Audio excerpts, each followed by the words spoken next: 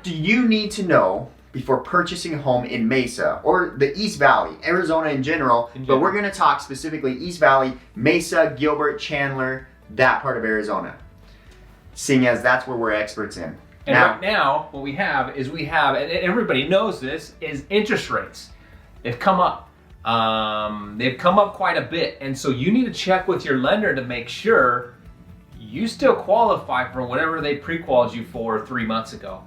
As interest rates continue to rise, the amount that you can borrow starts to decrease because obviously your payment's going up. From what I had pre-qualified somebody for in January, their payment could go up potentially $300 now. Exactly. $300 a month is a lot. So that's why we have Jared here. He is the best lender in the valley. Oh my goodness, the best. But here's the deal.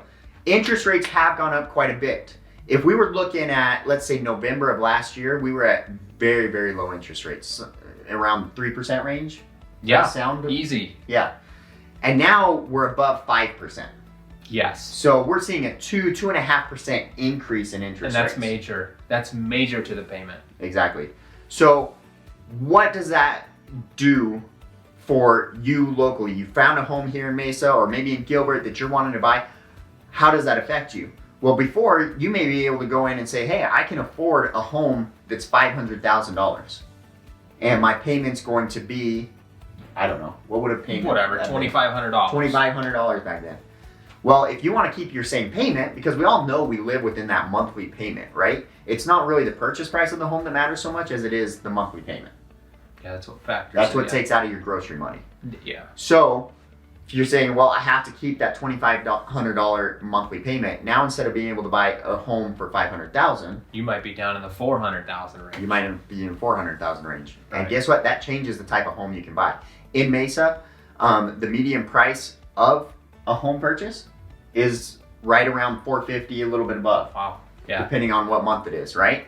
But it's in that $450,000-ish range for the median price home. So now you're looking at a home that may not be as high a quality as the one that you were going to purchase before. Right. You might have to look at maybe a fixer-upper or something of that nature. Well, and then even with inventory, it now puts you into, if you're now qualifying for a $400,000 versus a $550,000, now you're even in a tighter spot with inventory because the lower price point gets eaten up fastest. Mm-hmm. And so that inventory gets tightened even more so than, let's say, the $1.5 million inventory. Yep, exactly, because that's where everybody moves down, so you create more buyers in that ire, right. That arena of inventory. That's exactly right. Now, you might say, well, okay, what if we go look at a new build house? And that's a great option. I've represented many clients looking at new builds. However, what we're running into with the new builds is lack of supplies. Completion dates have gone from 8 months to now it's taking 14, 16 months for some of these builders to complete their homes. And so as a result of that, a lot of people can't say, hey, yeah, I'm ready to move, and then wait a year and a half to be able to get into their home. I have buyers calling me all the time that are new builds that are just freaking out because, yeah, they started the process back in September of last year, and now rates are completely different, and they're like, oh my gosh. You know what I mean? Exactly. Like, we need to stop these rates and there's nothing we can do about it. Well, and that's the thing. As a lender, how far in advance can you lock in a rate? Right. And truthfully, some lenders can do really long rate locks. But in reality, you also don't want to play that game. I have a client right now playing that game. They lock their rate. Their cabinets, they don't know now when the cabinets are going to get in. They thought they were getting in, and usually that's when we start the loan process, is when the cabinets get put in. Well, they got their rate locked, not by me. Again, not by me, but they call me for advice because I'm happy to help people with all kinds of advice.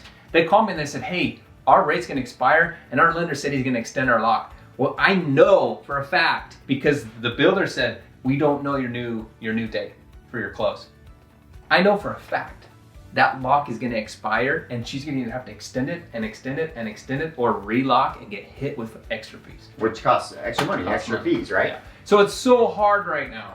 Yeah. With everything, but. So what it's done is created an affordability problem for a lot of people, especially first-time home buyers. Yeah. And you might be asking, how has that changed what we do? Our home price is going to drop. Honestly, I wish I had a crystal ball. I wish I could tell you for sure, these home prices are going to drop. Here's what you're going to see in the next 6 months to year. I don't know that. And there are a lot of indications that say that these prices are going to stay despite the fact that people are having a hard time affording homes. One of that is inventory is still extremely low for this area. We have a huge demand of people coming from out of state.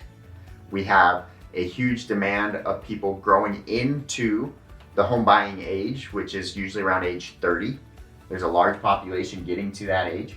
And then we have a lot of baby boomers that people thought they would be selling their homes, and they're not. Yeah. They're still holding on to their homes. Hanging on to them because it's one of those, nobody knows the future, and they're kind of, baby boomers are very conservative people. Yeah. They've seen a lot. They saw their parents go through the Depression, and so they're conservative. I know because my parents are one of them, and they're gonna hang on to that house and until they die, probably. Until they die. Well, yeah, until they see what's going on, but probably until they die if they can. Right. That's what a lot of them are doing, and so we're squeezed with high prices, low inventory, and some people honestly are just getting price out of the market. So what should you do? Well, first of all, in a market that's complicated like this, and you'll hear people say, oh, this market's bananas, oh, this market's crazy, oh, it's this and that. Look, there are a lot of moving parts. And the truth is, the decision to purchase a home is a personal decision. And what you need in a market that's complicated like this is a professional that knows the area and can tell you what to do for your situation. Some people's situation, the best thing to do right now is going to be buy a home. Yeah. In other people's situation, you might need to wait and hold off before you purchase a home. That's what's nice about having an honest real estate agent. Yeah. One who's not just there for the dollar, but actually cares about the client and is there for a relationship long term, not short term. Yeah. Now, one thing about Mesa locally, the East Valley, Gilbert, Chandler, Tempe, these areas, these are areas that are highly desirable throughout the country. It's one of the reasons why we've seen big appreciation over the last year. I don't expect that appreciation to continue. However, I don't think that we're going to see big price drops either. There are a lot of investors, institutional investors that have paid for homes in cash that have come in and bought in this area because it is so desirable. And then there's good, solid job growth and investment from businesses that continues to happen here. Companies are still coming here. It's almost like these new builders can't build homes fast enough for these people. And that's why we're having this problem with homes being finished. But there's just so many people still moving to the Phoenix area. It's grown, even in our lifetime. I mean, it's grown so much, and we're young. Yeah, we're young. Exactly. Now, Jared, do you have any fears of this being the same type of thing as, let's say, when 2008, 2009 hit and prices dropped quickly? Or what are you saying? I'm saying from my end that the things are still pretty solid and I don't foresee huge price drops. Yeah, and again, I like you said before, there's no crystal ball. I don't know. My opinion is as good as nothing.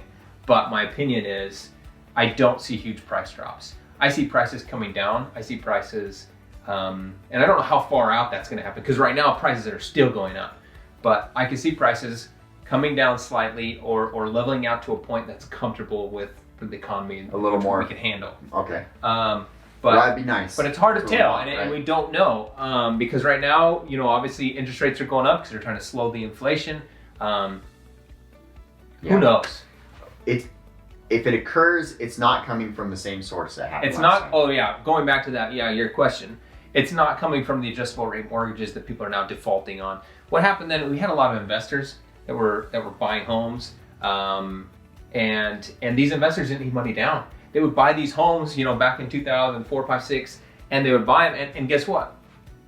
When the economy tanks, what are they doing to the house that they can't afford anymore because their interest gone? They just let it go. Yep. And it doesn't hurt them because they already have their primary residence. A lot of the homes that have been bought, like you said, have been cash buyers buying investment homes. So there's nobody to go foreclose on them. No, it's not the same thing. You don't have these rates people have these balloon payments that are coming due, and it's like, hey, if you don't pay this payment of $300,000 for taking your house, that's not here right now.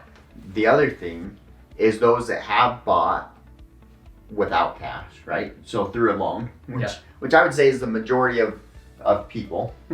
Very few people have, $1 million lying around to go buy a house. So is there a concern that those people are going to start foreclosing on their homes? Again, I don't see that either. You're talking about the regular Joe. Yeah, the regular Joe. That's So their you're primary talking about residence. these cash investors have come. They're not going to get foreclosed on. No. But what about And then- normal? And then I don't see it. It just doesn't make sense to me. The payment that they were qualified for, with how tight lending restrictions are these days, the payment they qualify for, they're going to be okay with, as long as their income and everything stays the same, and they're the way that they, what's it called, your way of living, Lifestyle. lifestyle. That's what I'm Yeah. looking for. Lifestyle stays the same. They can afford the payment.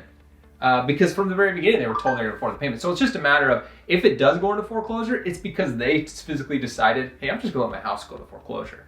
Or they may have lost their job or something dramatic like that. But I don't see it being like it was last time, where people literally foreclosed on purpose. Not that they couldn't afford it, but they just gave the keys back to the bank. Gotcha. So you don't expect that to happen again? I don't see that happening. It could happen though. I don't know the future. Yeah. Well, I think the big difference is, like you said, lending practices have tightened a lot. Yeah. Right? So Lot people tighter. have to have a certain debt to income ratio. They have to have good, solid job history, all of that. So it's unlikely they're going to be foreclosed on because of lack of being able to pay. The other thing is, and I think this is the biggest factor, is most of the loans that you've done probably, and that I've seen in the marketplace, are either 15-year or 30-year fixed rate loans. That means for that 30-year period, the payment doesn't It's gonna stay the change. same. It's not like you're renting a property and the landlord says, hey, we're gonna raise rents on you $500 this year.